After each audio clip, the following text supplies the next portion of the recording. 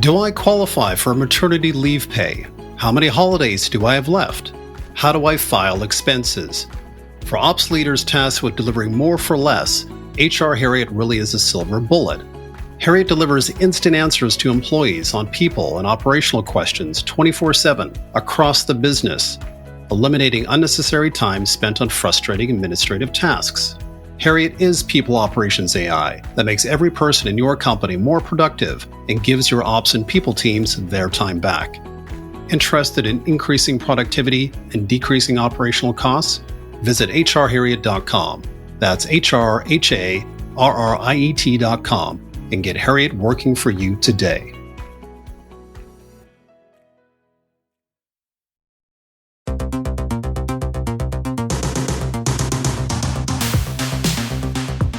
Hello and welcome to another episode of the Operations Room. I am Brandon Minsinger, joined by my amazing co-host Bethany Ayers. How are things going, Bethany?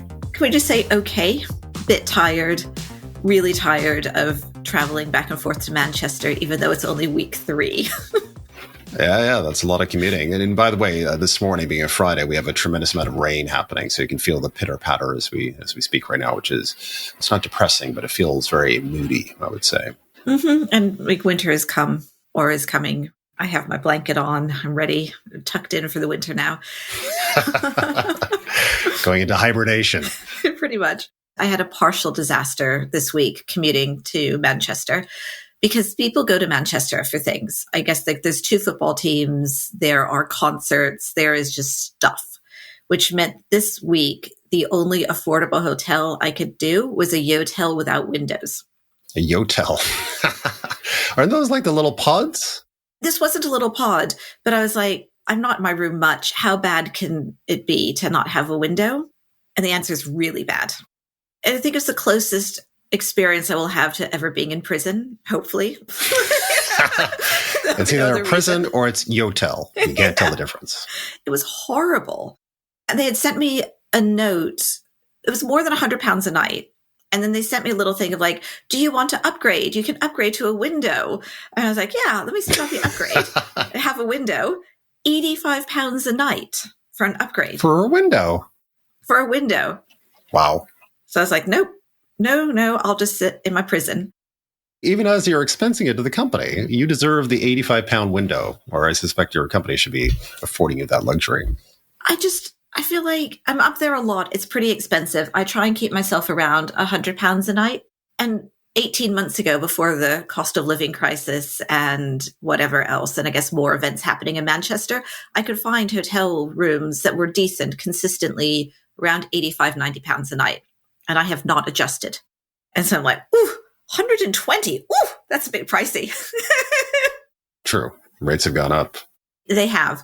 So anyhow, you need a window in a hotel. That would be one of my learnings in general. Next time you head back to Manchester, then, are you looking for a different, not a yotel next time? Well, and actually, but yotel have windows and no windows. So maybe I would give it a go. I don't know, because the whole room was weird. Because when you walked in, the ceiling was one of those exposed concrete ceilings, which is part of why it felt like a prison. And the door was just like dark gray. And then this laminate flooring. And then the bathroom was a prefab pod bathroom. So that's top was a couple feet lower than the ceiling. Like they really brought this thing in. And I don't understand the benefit of that. So it was like going in kind of a little barracks to go to the bathroom. And the whole thing squeaked. It was just weird. The whole thing was strange. And then I had a table, but no chair. So the first night I was eating a falafel and ended up, first I had it on my bed and it was making such a mess and it made my trousers, and it got all over my jeans and I only had one pair of trousers and I'm like trying to clean the falafel off the jeans. It was like, okay, I'll eat over the table or I'll eat at the table, but there's no chair. So I'm just standing over this little table and I have one of the glasses underneath my falafel to catch the juice. And I was just like, this is a new low. Like I have no window. My jeans are covered in falafel juice. I'm dripping into a cup. This is potentially the worst promotion for yotel of all time right here. If we could do an edit of what you've just described and package that as like a video snippet, we'd go viral, I think, with the yotel bashing. So today we've got a great topic, which is how to hire for excellence. We have an amazing guest for this, which is James King. He's the #1 international bestseller for Accelerating Excellence, the Principles That Drive Elite Performance. Before we get to James King, just wanted to ask you a couple of questions. When you make wrong hires, it is disastrous for the business, especially from a senior executive standpoint, both the time to get those people in, the acquisition cost, and the impact on the company if they leave within 6-9 months, where they're just at the point by which they're actually viable to contribute to the business, and you're having to pull the plug and reset and hire a new person coming in, thereby losing whatever, a year type of thing. So with that thought in mind, what James talked about was putting in a lot more rigor into the process of acquiring talent and interviewing specifically to ensure that out of the gates you're getting the right person. And he talked about this idea of, in the task stage, being much more intense with simulation testing, which is to say that for this job, there are 3 to 5 tasks that you'll primarily be doing in this job, and we need to stress test those 3 to 5 tasks over the course of a full day exercise with the candidate to really run them through like a real environment, I guess, to test those things. And I'm curious what you make of this, because I know that from an SDR standpoint, this is kind of, I wouldn't say typical, but there are definitely services out there for full day assessments for this kind of thing, where you run through a series of tasks to filter out who are potentially the best possible candidates from an SDR position standpoint. But what he was suggesting was you should use this across the board for any role, including senior executives. I love the concept. I'm still struggling on the reality. Although interestingly, as you're talking now, and I think James speaks about it in our episode, is like, what are the examples of the tests that you would do with an exec? And I think I could actually come up with the exec test more than, say, I don't know, product marketing test, or, simulating product marketing. Because I would think, like, what would you need for an exec? And there's certain areas that you need to test that they are good at their domain. And then leadership style. So whether or not they're good at leadership, does the leadership style fit? Because my experience, leadership style is so often why the senior leader doesn't make it. And also, like, doing it around a values test doesn't work, because values are quite amorphous. And like, what is your version of trust versus my version of trust? And nobody's going to say, oh no, trust is not important to me. But then when you get into how it manifests itself, it could be very different. So I can see, like, write an email to the board summarizing your product roadmap. I'm trying to imagine, like, what would be the leader? Let's say we're hiring for a chief product officer, because it's such a hard one. So what would your presentation to the board be around your roadmap? How would you structure your team, or send a weekly update about what's happened in your team? Or you give them a simulation of, like, you've just had to fire somebody. It was a popular member of staff, and you now need to re-gel your team. What would your communication plan be? Give us examples of what you would say and what you would write. And that could start to unpick it. But you'd have to you spend a few hours thinking about how to test. It's interesting. I keep going back and forth in my mind, because the way that James described it, on the one side of it, seemed like entirely kind of impossible to do. The sheer number of candidates that you'd have to be able to run through this process to get that number of candidates and to get them all into a full day simulation seems so difficult to make happen in reality.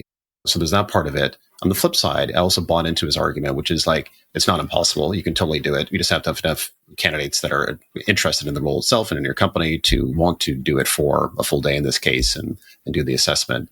The point of taking 3 to 5 core tasks from that role, as, a senior executive in this case, identifying what those things are, identifying suitable, simulated, rigorous tasks to go through. And when we say rigorous simulations, we're talking, I'm assuming, for each task over the course of the day, and there's 3 to 5 of them, we're looking at a couple hours a piece for each of them. So they're actually quite real and quite intensive.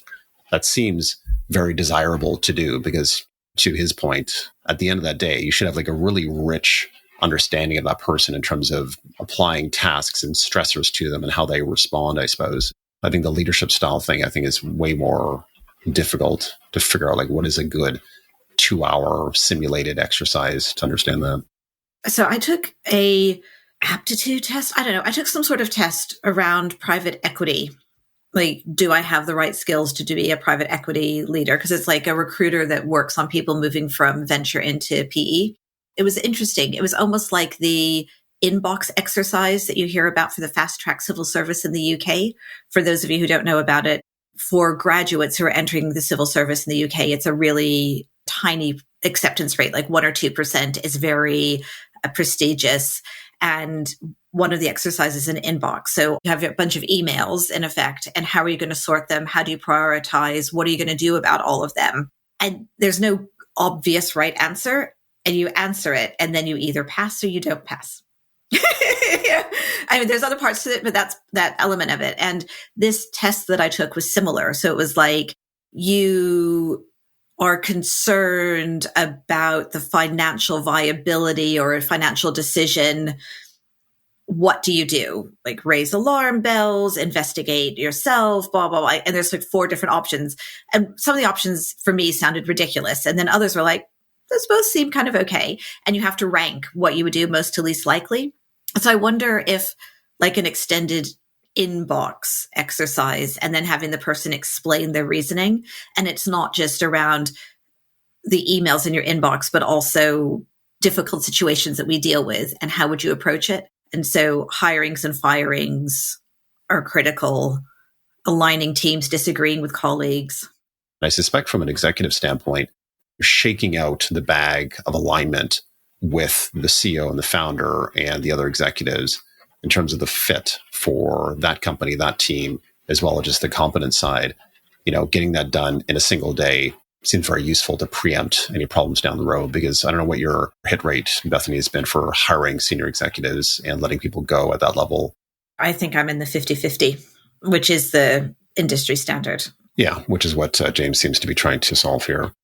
So the other thing that he'd spoken about was in the assessment part, testing the candidates on specific stressors and being exacting about what you're looking for and scoring on, and assigning that to different individuals to look at. So, for example, if you're in the classic task example where somebody is presenting, you have 2 people that are sitting there watching that person. Each person has a unique set of things and stressors to present back to that person in terms of the stressor. And then equally, they're also looking for things uniquely as opposed to the other person that's looking for another set of characteristics.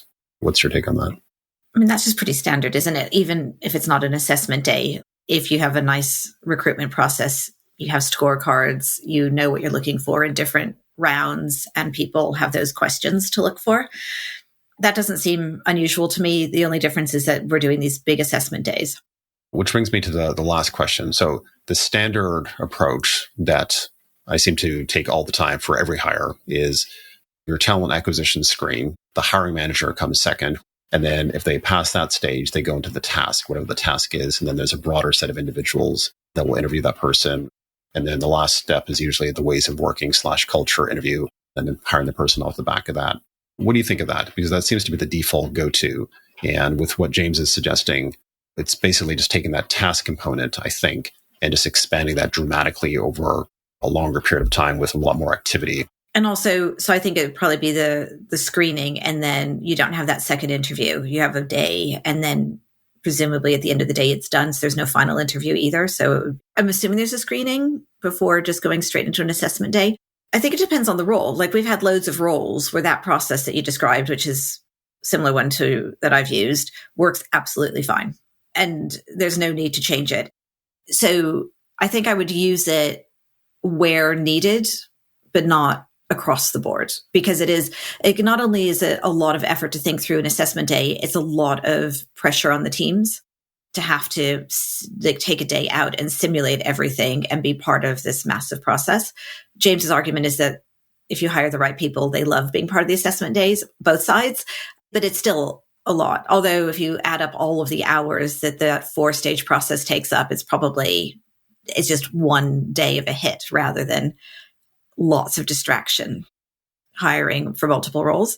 The other point that James made that I thought was really interesting is around, it's not just about aptitude, but it's about joy and love of those activities, and having people who really get energized rather than enervated by the activity. And I thought that was, again, even if we're not going to go for the whole simulation day, I don't think we take a lot of time to look at like who's super excited and add the enthusiasm factor into our scorecard. So I'm just thinking, as I reflect back to at Peak, when we hired our first salespeople, one of the sales guys in his task interview got so excited. He jumped up and started rubbing his legs. He's like, oh, I could go sell here and here. Like, it was just his physical reaction to the great excitement of being able to sell and where he was going to sell and how. And actually, in that moment, I was like, yeah, okay, we need him. And he is still at Peak. And he is our top salesman. I always ask questions around their interest level in the subject matter. So product marketing is a good example. Like, do they organically post about product marketing in interesting and useful ways with novel thoughts? You know, what kind of podcasts do they listen to that really excite them around their work life? What was the last book that they read of consequence that they were really interested in business wise? What was that? Why was that? You know what I mean? So what I'm trying to discern a little bit is like, from a technical skill domain point of view, do they have like a real vested interest in the actual work itself inherently, as opposed to just being stuck into a role because that's kind of where they've ended up? Absolutely. Because that's when you find out where their passion is. And so, ask that question. They're like, wine. Let me tell you about wine, and on and on and on and on and on. And you're like, okay, so this is just your job to facilitate your love of wine, or cycling, or investments. Like, there are a couple of people who were just massively into crypto and were like, why don't you go do that? You know, why? Yeah, that's a hot domain. Yeah. And so it's interesting. I have actually had people like, look, you really seem way more excited about that than this. Why don't you pursue it? And in a way, it becomes quite easy feedback as to why they're a no, because I don't want them to have this job. I want them to go and pursue their passion. So why don't we get on to our conversation with Mr. James King, how to hire for excellence. Are you a COO, operations director, head of ops, or an aspiring operations leader? If so, Operations Nation, a global community for operations professionals, have got just the event for you this October. The only conference in Europe for ops leaders by ops leaders. They have an amazing program across 2 days filled with inspiring speakers, community-led roundtables, plenty of networking opportunities, and loads of fun lined up. It's on October 25th and 26th at Glaziers Hall in the heart of London. Register by going to operationsnation.com, and don't forget to enter the operations room at the checkout for an amazing 10% off the ticket price. For those of you who'd like to meet me and Brandon, we're going to be there too. I'll be moderating a panel on how to convince VCs that ops is sexy, and Brandon and I will be running one of the roundtables. So come by and say hi. We can't wait to meet you. Once again, to register, go to operationsnation.com. That's operationsnation.com, and enter the operations room for your discount. See you there.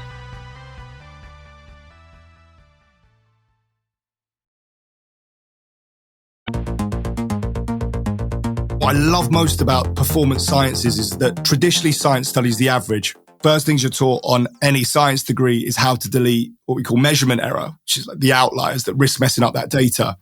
But for people like us, there's a huge problem with that. And that is that you cannot learn about excellence through studying the average. So instead of deleting the outlier, in the performance sciences, we study the outlier. We identify the individuals and organizations that have performed at the absolute upper limits of human potential. And then we break down and examine the causal mechanisms that drive their success. And the good news is performance is never a coincidence. Everyone that excels does so through aligning with a specific set of principles, whether they realize it or not.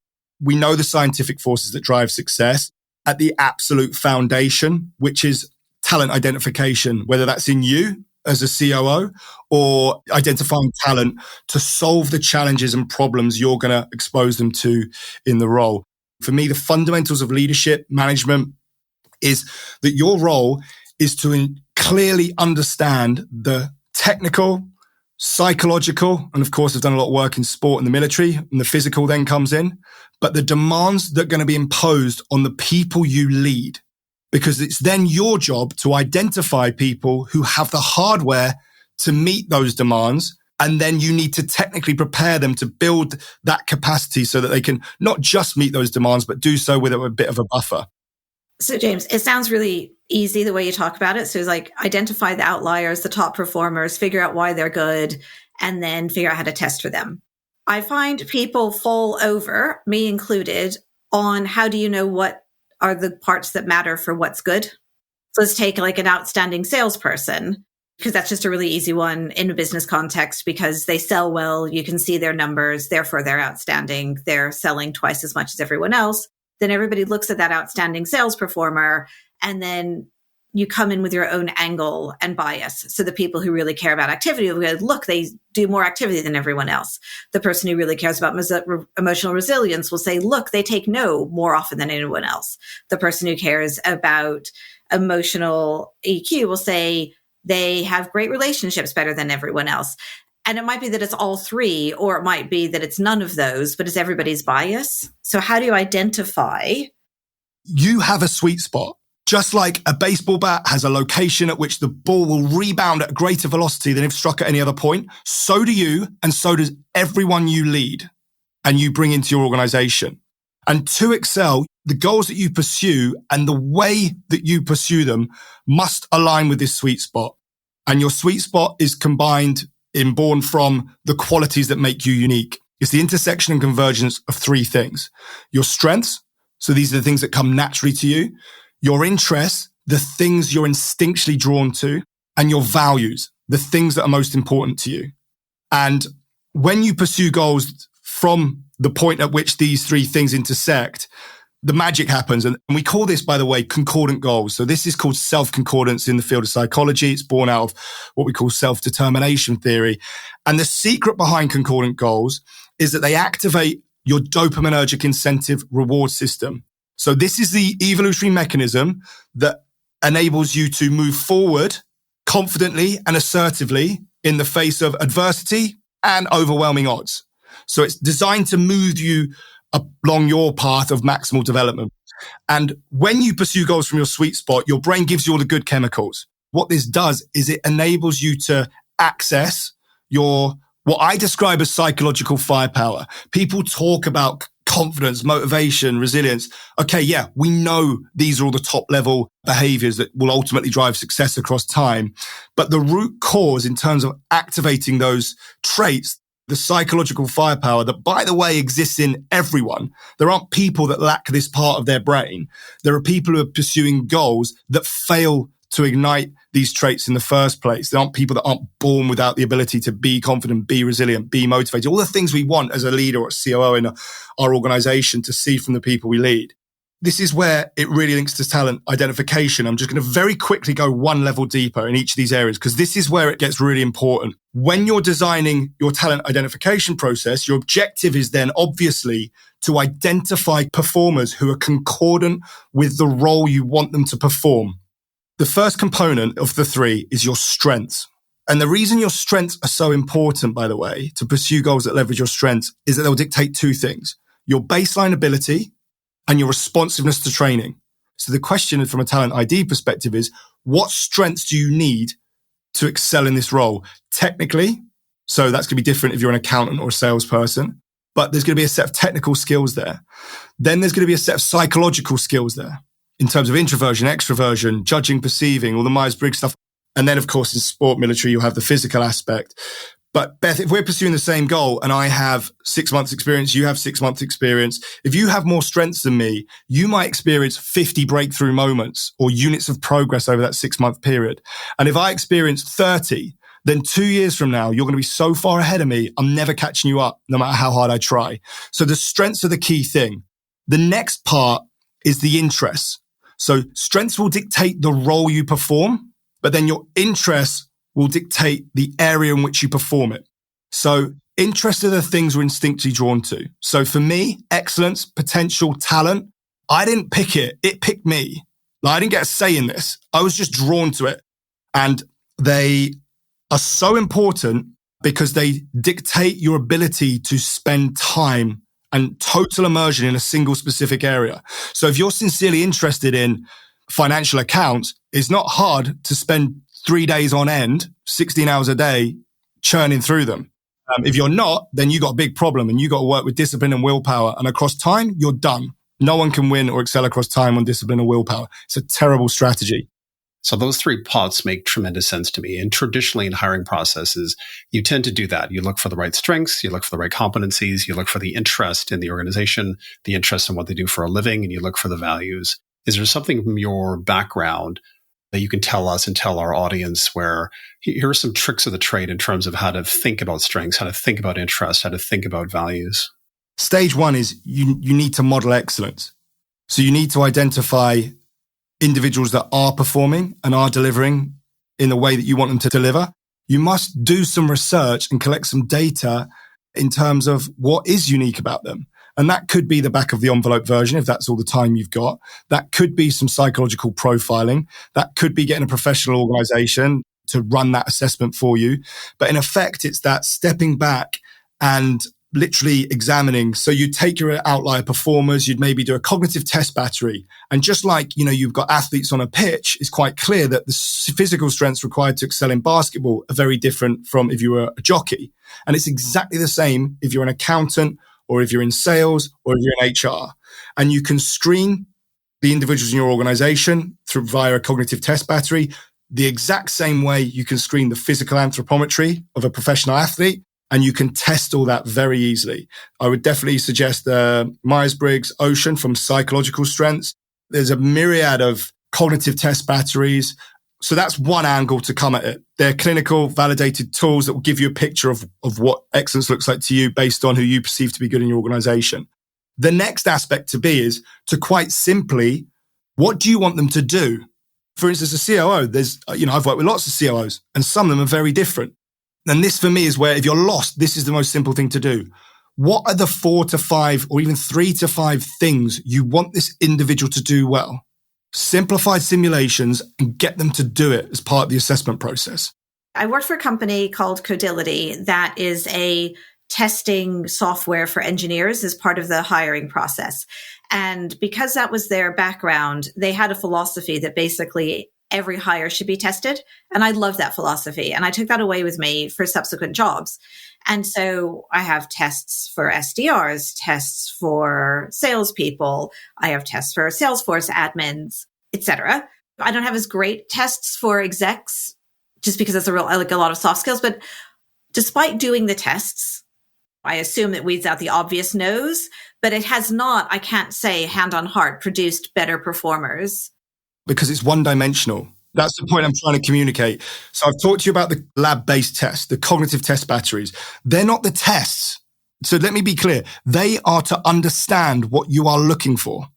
But I've done like role plays of SDRs on the phone or role plays with salespeople through a discovery workshop. And when hiring execs, I absolutely require a presentation. And I do that just to see what their slide skills and their narrative building are like. Like, I don't actually care what the results of their presentation is. I just want to know that they have those skills rather than being able to talk.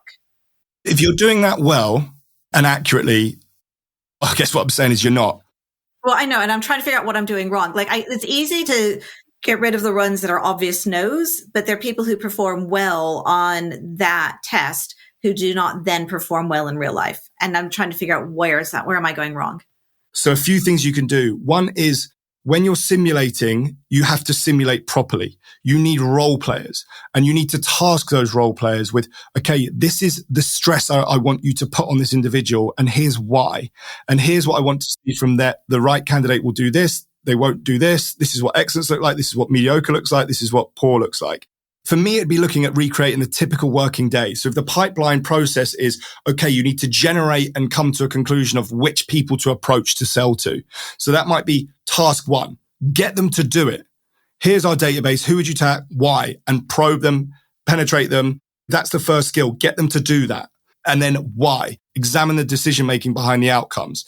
The next phase might be right, well, then what would you do? They'd be on the phone for 2 hours. Okay, get them on the phone. Not for 15 minutes, for 2 hours, to a broad spectrum of individuals. And this is where it's important to make the assessment process hard and to make it accurately reflect that even as much as you can, the timeframes involved, or at least over a working day. And the reasons are that smart, competent people, they can hack, and we're taught at good universities to memorize, prepare, and recite, regurgitate, repeat. What you can't do if you're not truly concordant with the role is do that for 2 hours. and then move straight into the next thing and do it again. And that's why everything I do or we do is with biometric feedback, so we can see the physiological response. So I can see the sales guy up there that's doing an incredible presentation, 8 out of 10 maybe, but I can see his heart rate's through the roof. His HRV, which is a measure of sympathetic stress, is super high. I know that guy doesn't love this because he's using willpower discipline to get it done. Then you'll see the individual that's maybe doing a 7 or so technically maybe not quite as good. Maybe they're doing an 8, maybe they're doing a 9. But then I look under the hood and I'm like, wow, this person loves this. But then I would move on to the third stage of the sales process, meet this person in person, close them, okay? Close them. And all the extreme challenges, everything when you're designing your assessment center as well, and you're designing these role plays, you must go extreme and work in. You don't get someone to look through a set of basic accounts. You get them to go, if you're looking, say we're screening for attention to detail and a COO with a financial background and strengths there, and you make it harder and you see who breaks, and the right candidates, when you simulate these roles accurately and you put people under pressure, if they're truly concordant, they will love it. At the end of the day, you'll go for dinner with them or you'll have a chat and they'll still be there being like, oh, what about that? And why did you do this? The people who are just want a job rather than want to pursue a calling will sort of be there like, they'll be hanging out. Their body language would be awful. This would be amazing to do, but in reality, it's literally almost impossible. There's no possible way you can ask candidates in 2024 to go through the battering of tests that you just kind of talked about. The one thing that I am thinking about, a way of doing it that you're suggesting, I think, is what I've also done in the past, and probably you have, Bethany, as well, which is sometimes you bring people in on contract or as a consultant for a time period, 2 months, 3 months, 4 months. The discussion with that candidate is that, look, come in, do the consulting bit, and let's see how things evolve over the course of the 3 or 4 month period, actually doing the job. There is nothing more important than the talent you bring into your organization. And this is why so many people struggle with this, because they spend 2% of the time recruiting and taking the time to design, simulate these tests. And they spend 98% of the time fixing all the problems from getting it wrong. You need to, and you can. If the individual wants that job, they will come in for a day and they will do an assessment day. We normally do them on a Saturday, so there's no excuses. And quite frankly, if you're not prepared to put in the time, you're probably not the right person for the job. And certainly for anyone that's working in a company I'm working with, I'm not interested in you if you're not prepared to do that. And it's important as you, and there's a real honest narrative here, is that we're going to ask a lot of you, but we're also going to give you a lot. We're going to give you everything. Therefore, we need to check that this fits. We're going to cut our losers very quickly, which is why we do try and thin people out the process as quickly as possible. But for the 2 or 3 candidates that are looking to commit perhaps the next 5, 10, 15 years of their life, then if you can't spend 16 hours in total or 12 hours in total, then for me, you're in the wrong company. And I would encourage people listening to set your standards higher. And if you can't get people to do that, where your recruitment process is probably breaking down is what I would call the gene pool. You probably haven't got enough high quality candidates coming to apply for your role. Because of course, if you've got no supply, then yeah, it's tough. And that's one of the first things we have to optimize in talent identification is the demand. It's how do we bang our drum? What's unique about our company? What can we offer that other people can't? How do we tell the world about that? I am somewhere in between the two of you. I have had the experience. We used, I can't remember their name anymore, and it wasn't Pareto Law, but it was another one that does SDR recruitment about 15 years ago. And what they do for SDRs is very similar to what you're talking about. So they have a huge talent pool because they base their gene pool, as you say, any graduate who's interested in joining tech or going into sales applies. And they get thousands of people applying all the time. They narrow it down to the people who come to the assessment day. And then the assessment day is an incredibly tough day where most people quit halfway through or just cry. And then at the end of the assessment day, the ones who get through it are then the ones that they place as SDRs. And I know that this works. I had moral qualms about the stories that I heard because there's a lot of tears on the day. But the ones that did survive and get through the other end, I'm in touch with quite a few of them still, and they are now global leaders. They have done incredibly well, and they had the right stuff. So I'm agreeing with you that that worked, but we had 2 conditions. We had somebody else doing the assessment for us, and we had a big gene pool. My concern is the requirement on the rest of the organization who is needed for the assessment day. So let's say you do it on a Saturday. That's a big ask of everybody else in the team, because it's not just you and the hiring managers and the leaders. You need a lot of people involved. So presumably you do it in batches. How does that work? If you've got concordant people in your industry that want to compete and want to win, they want to do so with the best people. And also, if you design these assessment centers, it's one of the most fun things. Like, people love it. People love coming in. It's almost the most exciting thing to do because it's a responsibility. If people don't want that responsibility, then again, maybe they're the wrong people. But if you haven't got at least a handful of cultural architects in your organization that do want to do that, then I think you've got big problems, to be honest. I think as well, like Brandon, you talked about effectively what's a probation period. I couldn't agree more. I still think, though, you have to do a robust screening assessment and demand a lot. One of the other reasons for that, people who do hard things and get through them appreciate them more. And people who are in organizations who know that it's bloody hard to get into them. But one of the military selection processes I went through, the privilege of going through such a brutal selection process is the second you're in, people look to the left and right and they trust you and they give you responsibility and they give you their time and they give you their effort and they'll go the extra mile to support you because they believe in you because you've passed a robust test. But then absolutely, probation shouldn't be a foregone conclusion. We've got Avatar stage 1. What are we trying to hire here? What are the strengths, interests, values? Stage 2, the gene pool. How are we going to find them? Because if we've got 100 applicants, we need to hire 20 people. The probability of getting great performers is very low. At Mandara Capital, the example case study in the book, my first assessment center, we had 150 applicants. I knew that was the biggest problem. So that's where I focused my effort. It wasn't talent that was a problem. It was our talent identification process that's a problem. You have to take ownership and remove excuses. If you haven't got a talent, you don't just be like, okay, we haven't got the gene pool, we'll just have to compromise. Never compromise. Never drop your standards. You have to go and solve the root cause problem, which is go and beat the drum about why you should get there. And if you don't know what that is, then that's your problem. A couple of things occur in my head. One of which is when you're hiring SDRs, you can do this batch process over the course of a day period. And it kind of makes more sense in some ways because these are young people coming out of university and they have all sorts of variances of skills and abilities and resilience. When you come into other role types, you're not going to have the pool, number one, and you're also going to have a much more complex competency framework set up. So, for example, revenue operations, or you start moving up the ranks to executives, like a CEO as an example, what kind of full day competency you would run for a CEO. The game has changed and the players have changed. And with the generations you're talking about, even the new generation coming into COO roles, you need to be doing that. And even with the people we reject, that we push, and yes, this is a different generation and some of them might cry. As long as you're not ethical, then we're there to support them. This is a safe, controlled environment, and we give them feedback and we support them. What did you enjoy? What didn't you enjoy? How do you pivot forward? You're not doing anyone favors by not challenging them or not pushing them or dropping your standards to make them feel better or not cry. You're actually doing a disservice, in my opinion. Well, I think it's the support part. Like what my feedback was from that company was people cried and you're like, okay, you're weak, you're out. There was no feedback. There was no support. So that's different. So it's not just the tears, it was how they were treated afterwards that was a concern. So here's our message for every assessment center we run. It's quite simply this. We know we've spent time examining the problems we're going to ask you to solve. And we have very high standards. Now, because we understand the problem so well, we know very specifically the sort of individual we're looking for in terms of the strengths, interests, and values. So today in this assessment process, it's not about are you good enough? It's, are you the right type of good? Anyone that gets through a CV screening process to get to these assessment centers is already probably a pretty high performance human being. It's no longer about, are you smart? Are you competent? It's, are you the right type of smart for the problems we're going to ask you to solve? And it completely depersonalizes the assessment day.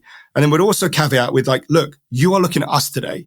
You're going to go through these tests and these processes that accurately simulate the reality you're going to be exposed to in this role. And if you're not excited, you're not enjoying it, even if you do well, we want you to be very honest with us and think very hard about whether you'd really want to accept this role, because it might not be for you. So as the day progresses, let's talk, let's exchange information, let us know how you feel. It's genuinely just a look, here's who we are, show us who you are. And we're going to put you under the conditions that show us who you are under the conditions you're going to be in this role.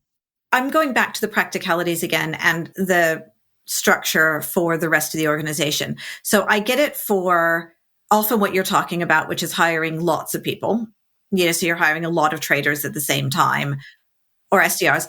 And I get the exec side because it's a critical hire and you invest so much on that exec hire and 50% of the time they fail. And so if we can get it to not be 50% of the time, all for it.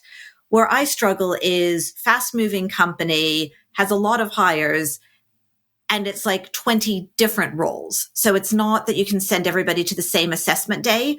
And it seems like that would be a lot to hire your one product marketing person and your one front end developer and your one RevOps person. So that's where I would see it really falling down is how do you do 20 different roles? So quite simply, you just do it. Okay. And there's levels of this, right? You can do the back of the envelope version. People think it's hard. It's actually way cheaper than the money people spend on recruiter fees, on HR issues with mediocre, low performing employees, all the challenges you have mopping up the mess they create and make. But effectively, you just find a way. Of course, I'd prioritize it. Where am I going to get leverage first? You're not going to hire 20 people at once. What we're going to do is aim to hire 3 people every month over the next 6 months. And for me, if it's a startup, if that's how long it takes, you take 6 months because you want the business to work and you've got a responsibility for the investors' capital, for your own time and the people you lead and manage in that organization. So you'd go 3 at a time, maybe starting with where you get leverage. You bring people through a world-class process, then they get it. Okay. Oh, wow. I see. Yeah. What we did for me. We need to recreate that for this person. Okay, cool. I've got contacts here. Hustle. That's what you want in people in that organization. So that's going to be a big trait of what we're looking for in those core people. The core people, they're going to be so important. You can't afford to cut corners with that. The game really has changed with this generation. My generation probably being the end of that. I'm 39 now. And you could almost beat people into high performance. You can't do that anymore. You have to intrinsically motivate these people. And that means that you have to take time to step back and be honest about what you can and can't offer in terms of your culture, compensation, the pattern of work, the problems they're going to solve. And you have to create a really compelling why. Why should I work here versus there? And if you don't do that properly in terms of advertising, again, to try and generate and create that gene pool, then you're going to struggle. You've convinced me more than I thought you would. Your book covers it a little bit, but it doesn't really get into the nitty gritty of what we're talking about here of like examples of what the days look like other than the one for the trader. Do you have a blog? Do you have resources that people could get to know you with? There is a 1-hour lecture on talent identification and how to do this. So we can provide the links for that. Can you walk me through a template day from your perspective for a senior executive from 9 a.m. to 5 a.m.? How do you break it down? What do you do? So first off, 9 a.m. to 5 a.m. I don't care about 9 a.m. to 5 a.m. I care about what's the toughest day they're going to have that year working for your organization. If you took all the worst bits of every day, the most demanding bits of every day in your organization in that role over the last 18 months, 2 years, I would identify what are they. I would want them to proportionally reflect reality. It depends on what the role is. There isn't this is the COO test, right?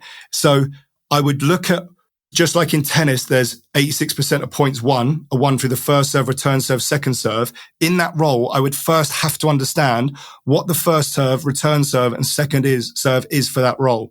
And then I would recreate scenarios as specifically as possible. And I would expose them to them for the timeframes. And those scenarios would be drawn from the worst case examples.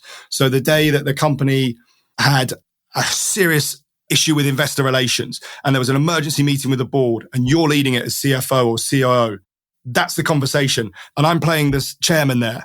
And I'm playing the chairman on the worst day. He's woke up, he's had it from his partner, the dog's shat on the carpet, everything's gone wrong, he's in a mood and he's going to push you and challenge you. We're going extreme. It might be a disciplinary issue, an ethical one. Okay, these 3 people have breached the target. The head of tech wants to get rid of them. Your COO, what are you going to do? COO's like, I'm busy doing this, deal with it. If that's something that happens and that's the reality of who you're working with, and if the CEO is loose, all over the place, ADHD type symptoms, then guess what? You got to simulate that in because we need to check he can work with that CEO because the skills required to work with that CEO is very different from the skills required working with this one. If you want to see how they discipline people, have them discipline someone. Have him sit there and say, no, I disagree. Push back. See how he deals with that or she deals with that or they deal with it. It really does depend on the role itself. If it's a sales role, I'm going to have who are the clients? How do they behave? Are they really introverted guys who are technical? Then guess what? I want them to pitch to people like that. And I want them to ask the most awkward questions that those people have asked the sales team over the last 12 months, not just go and do a comfort zone presentation. And again, you put people in these scenarios and the right people will love it. And the people that don't want it are like halfway through, literally like, look, I don't think this role's for me. I'm going to withdraw from the process. And that's great. Thank you, James. So if our listeners can only take one thing away from our conversation today, what is it? Never drop your standards, and talent isn't the problem. You're the problem. You need to fix your talent identification problem, because there are people out there now that are entirely concordant with the role, that would chop arms off to do the role in a company like yours. And it's your job to find them. It's not their job to find you. And it's breaking down because either your gene pool's terrible and they don't know about the opportunity, or they're hearing about it, but you're not communicating it clearly enough, or in a way that evokes them and gets them to actually apply, or your screening process is just turning them off, or it's not good enough. It's not highlighting who they are and where they're optimized. So you're the problem, and take ownership of it and deal with it, because the rewards for doing so are enormous. So thank you, James, for joining us on the Operations Room. If you like what you hear, please leave us a comment or subscribe, and we will see you next week.